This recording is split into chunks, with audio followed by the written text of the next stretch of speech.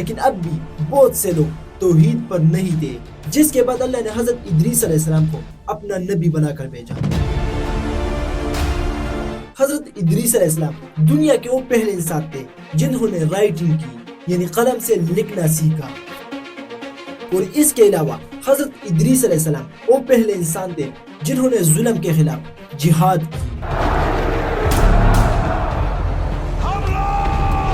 اور ادریس علیہ السلام دنیا کے پہلے درزی بھی تھے، ٹیلر، اور اس کے ساتھ ساتھ ان کو دنیا کا پہلا سائنٹسٹ بھی کہا جاتا ہے۔